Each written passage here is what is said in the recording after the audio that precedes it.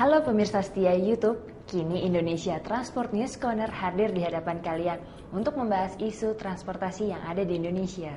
Uji coba parkir meter di Jakarta telah berjalan dari September 2014. Pada awalnya, untuk membayar parkir meter tersebut harus menggunakan koin. Namun sejak bulan Januari lalu, e-money dapat digunakan untuk membayar parkir meter tersebut. Hasil dari uji coba parkir meter di Jakarta tersebut belum pernah diukur efektivitasnya. Dan pemerintah sudah mempunyai rencana untuk mengembangkan uji coba parkir tersebut ke 18 ruas jalan lainnya di kota Jakarta. Namun, apakah rencana pemerintah itu tepat? Udaya Laksmana dari ITDP akan membahasnya lebih lanjut. Ya, jadi dari akhir tahun kemarin kan Pemprov DKI ini udah mulai menerapkan parkir on street dengan sistem parking meter gitu ya.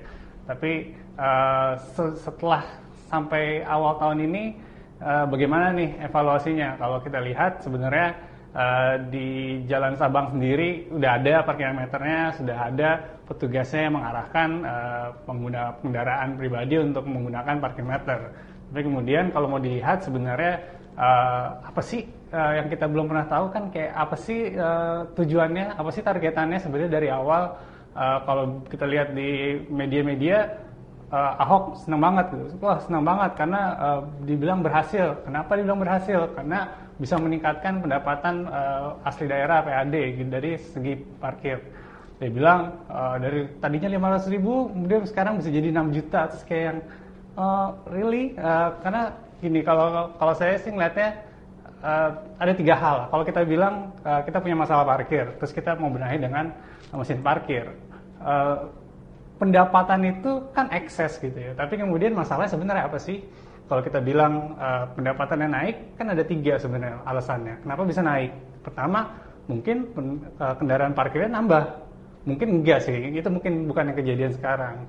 Alasan kedua adalah karena harga tarif parkirnya dinaikkan, dan itu menurut saya jauh lebih bermain di sini.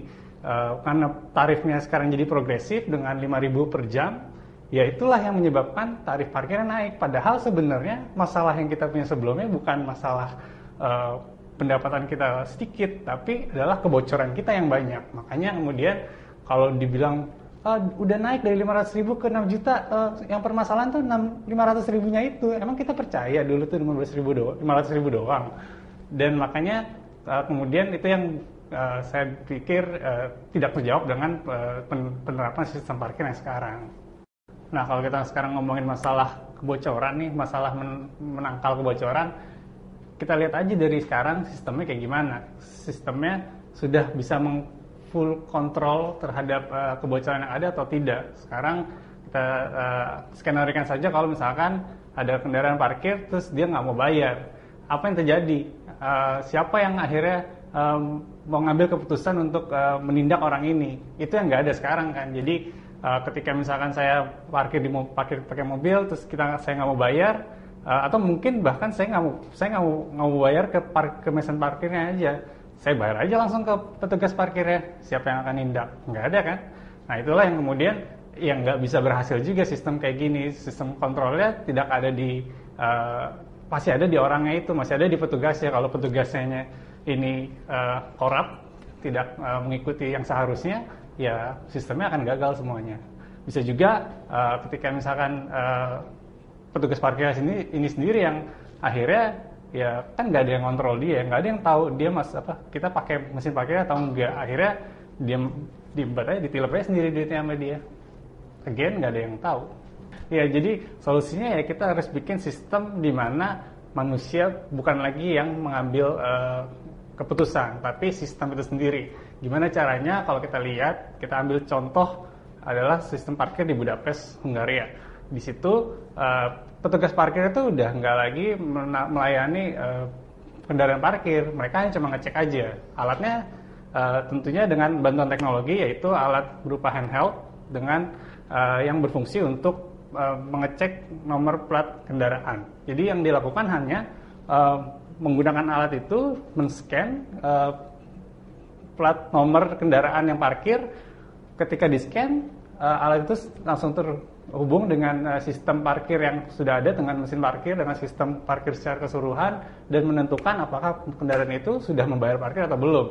Kalau sudah bayar parkir, oke, fine, lanjut ke kendaraan berikutnya dia men-scan. Tapi ketika kendaraan itu belum bayar atau sudah bayar tapi sudah melebihi batas waktunya, maka dengan secara otomatis akan keluar slip untuk penilangannya itu sendiri. Jadi kendaraan itu harus membayar tilang. Nah, kalau sudah kayak gini, tidak bisa lagi diakalin. Petugas parkir juga nggak tahu kendaraan ini sudah bayar atau sudah kena tilang atau belum. Sistem yang menentukan itu, jadi tidak bisa lagi diakalin oleh petugas parkirnya. Nah, kalau kita lihat dari rencananya Pemprov DKI sendiri, mereka sudah yakin banget untuk memperlebar lagi penggunaan mesin parkir ini. Rencananya ada 18 titik untuk diterapkan kembali parking meter seperti Jalan Sabang. Menurut saya sih tidak tepat ya. Kenapa? Karena seharusnya itu dibereskan dulu di satu tempat ini, dan bukan penerapan mesin parkir itu bukan di satu ruas jalan tapi di satu area. Misalkan kalau kita lihat sebenarnya kan sudah didahului dengan di Jalan Braga ya di Bandung. Nah, di Jalan Braga kalau kalian bisa lihat sendiri sekarang gitu ya, itu juga sudah tidak berlangsung gitu, udah nggak digunakan lagi mesin parkir meter ya. Kenapa? Karena orang-orang juga terlalu ribet ngerasanya, dan nggak ada, karena nggak ada yang kontrol, jadi ya nggak ada tindakan sama sekali. Jadi tidak kalau sistemnya belum diperbaiki dengan benar, tidak kontrolnya masih terdapat di manusia, perluasan titik-titik parkir dengan mesin parkir ini juga nggak akan berjalan dengan baik. Cuma tunggu waktu aja sampai nanti akhirnya mesin parkir itu nggak digunain lagi. Lebih baik diperbaiki dulu sistemnya, dibikin dengan benar, diterapkan di satu area. Misalkan Jalan Sabang memang sudah diterapkan dulu menjadi satu area. Dari area itu kemudian diperluas lagi dengan sistem yang sudah diperbaiki. Sekian episode kali ini. Jangan lupa untuk follow Twitter ITDP Indonesia, share video ini, dan subscribe Indonesia Transport News Corner. Sampai ketemu di episode berikutnya.